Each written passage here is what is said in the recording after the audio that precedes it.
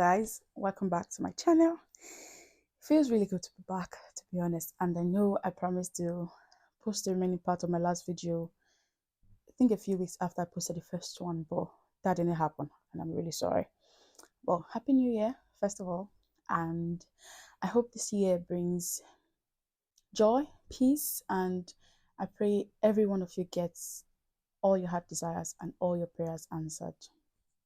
Amen. My name is Beatrice. If you haven't seen me before, I am an adult nursing student in the UK, and that is going to change tomorrow. By the time I'm posting this video, tomorrow would have passed. Maybe tomorrow I'm talking about, but tomorrow is my last day of class. So after tomorrow, I will no longer be a nursing student in the UK, and this introduction is going to change.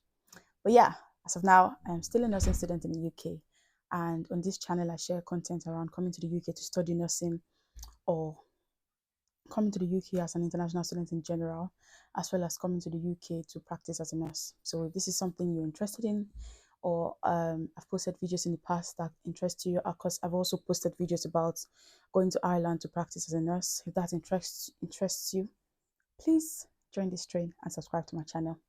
Nice to meet you. Today, I'll be talking to you all about the remaining part of where I started from, how I got to the US, how my university in the UK sent me to the US. And I think after a few weeks of posting that video, I found out that there was a little misconception or misunderstanding from that video. I do not currently live in the US. I am still in the UK. I only went to the US for a few weeks and then I came back to the UK. So I am not a resident of the US, not yet. But as of now, I'm still in the UK. So just to correct that before I start. But today, I want to finish what I started and tell you my personal experience. I know I've shared how I got to the UK, how I got to the US, sorry, how I got that spot to be sent to the US for my international placement.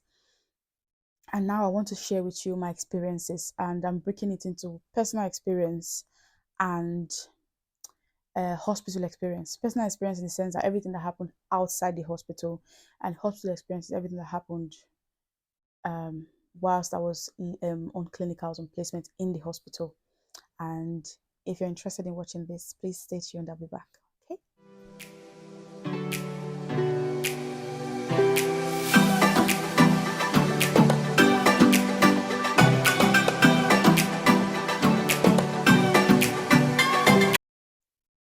Welcome back. So I'm going to split this episode into my personal experience and activities I did outside actual practice, and then the practice itself. So my outside experience would be like, first of all, the house I stayed in, it was like an American house with an American couple, and they rented out a room to me for the 4 weeks I stayed in the US. And I had options. I had other options. But that was like the cheapest. And to be honest, I'm really glad. I'm glad I took that option because it was an amazing experience. I lived with other students, and the landlord and landlady, and they were just amazing. So I would come back from shifts, and she would invite me to have a chat with them and sit outside the house. So I went to the US during summer, so it was quite warm. It wasn't, and Minnesota is really cold in the winter. So glad I went. Am I right? So she would invite me to outside for talks, and we'll have these really nice conversations. And then I would come back from work, and she would give me hugs. It was just blissful. Honestly, coming back from a 12-hour shift and getting hugs, and she saying things like, I'm glad you're in our house. I'm glad you're taking this time out with us. I'm just glad to have you here. Oh my God. Like the memories of everything it just makes me smile every time I remember, and it was a really nice experience. So thank you to John and Louis. I had an amazing time in your house. And then at the end of my stay, when I was about leaving, and we had a dinner. We had a dinner with the other students, John and Louis prepared a really, really nice dinner. I had lasagna. I had lasagna for the very first time, and it was a blast. I loved it. And I also met an Indian Japanese chef, Akibono. She was amazing. I really hope she sees this video. I'm going to share it with her so she sees it. It was amazing. And I was able to go on walks with her. And then I think overall, I didn't feel unsafe. one of the things I was curious about, or one of the things I wanted to really find out was, aside anything that happens, will I feel unsafe whether anything happens or not? And I did not. I felt at peace. I felt safe. I would say this is everything I'm saying in this video is from my personal experience. I'm not saying this is how it is or this is standard or something, but from my experience, I felt safe. I was able to go on walks. I was able to participate in activities. I went for the town parade. They had like a week of activities in the town where they called the Steamboat Days. I went to the farmers market. I went for the parade, which was the last day, and unfortunately I couldn't go for the fireworks, but I was able to participate in a few activities I could participate in.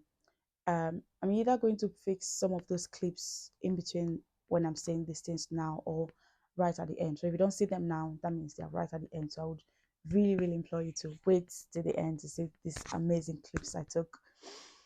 And yeah, one other activity I did, or one other thing I experienced that would stand the test of time in my memory would be my visit to Mayo Clinic and my visit to the university. So um, I had like a tour of Winona State University. It was beautiful. So it's a beautiful uni, and most of the buildings are really old, but it gives you that Victorian view of things. Loved it. And I lived right next to the university, so I'll also insert some of the clips at the end. And Susan, who happened to be my link lecturer or link professor in the US, she made sure my stay in the US was just perfect. I had the best time. We went out for lunch. She took me to Mayo Clinic, and if not the best hospital in the world, it would be one of the best hospitals in the world. For me, it's the best hospital in the world. And it was a big, big opportunity for me to be able to visit Mayo Clinic. And on the tourist side of things, I saw the very first cortisol vial.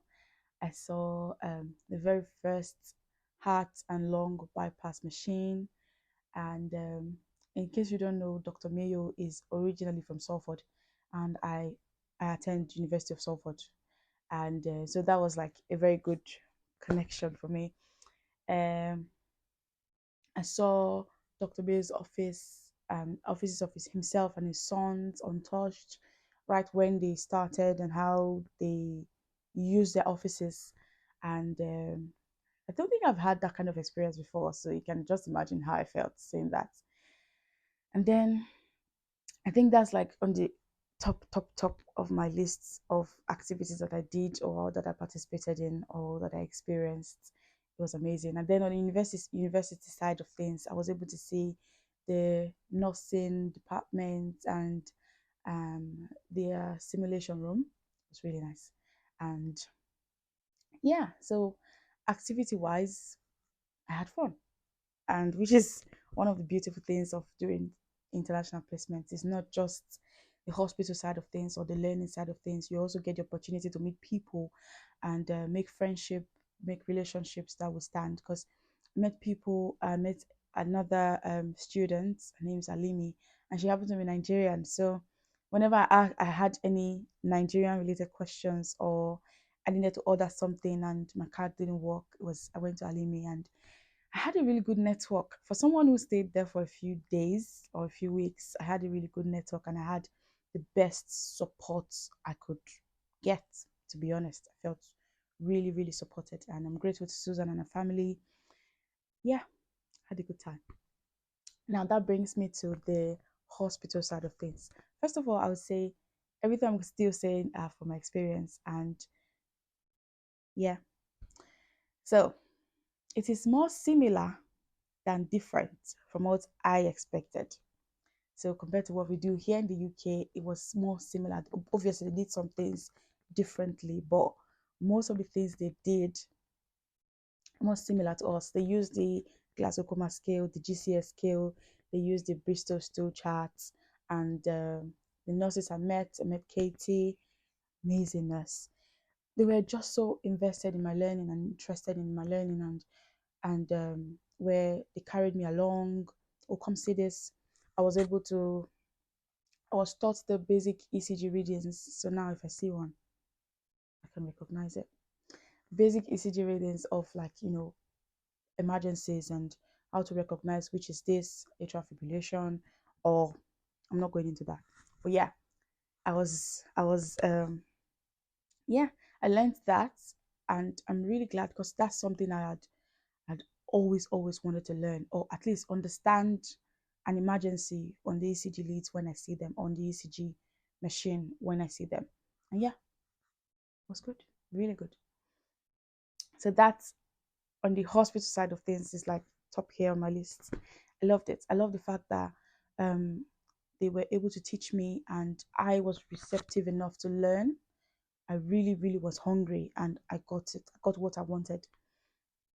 And so I spent 2 weeks in the ICU, and so imagine ICU care delivery. It was nice. I met loads of amazing nurses, and then I spent 1 week in the family birth center, which over here we would call the labor ward, and saw birth deliveries. I saw CTG readings and basic understanding of basic readings from that machine.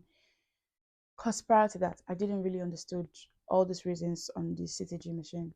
So that was a big, big, big one for me as well. And then I'm trying to think now. I also witnessed induction of labor, preeclampsia, teenage pregnancy, teenage birth. I was able to observe the lactation consultant do her job with educating mothers on how to place babies, prevent back pain, breastfeeding. Yeah. So I did a week in the family birth center, and then I did the last week in the wound care clinic, which was superb. I worked with an amazing, experienced nurse. Her name's Mary, and she made sure she carried me along with every patient we had. It was blissful, and yeah. Turns out, a couple of years ago, she came to Manchester for a wound care course, and then came to my uni for that course. And then years later, she's getting the students from that same uni where she did that very short course come to learn from her. So it was a really good connection. Honestly, everyone I met just clicked. I'm just grateful to God that it went that way, and I went there with an open mind.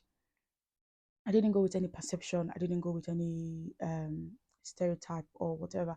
I went there with an open mind. I'm here to learn, here to meet people, and have the fun that I can have. And I did. Everything went so well. So if you're someone, you're on your nursing course journey, and you have the opportunity to go for an international placement, please, please, please, I would advise you take it. Mostly if you have options, and then your reason for picking where, I would really advise you take it. It's going to be maybe 4 weeks. And I remember on my last placement, met one of the clinical nurse specialists who got into conversations and found out she also had an international placement in Australia.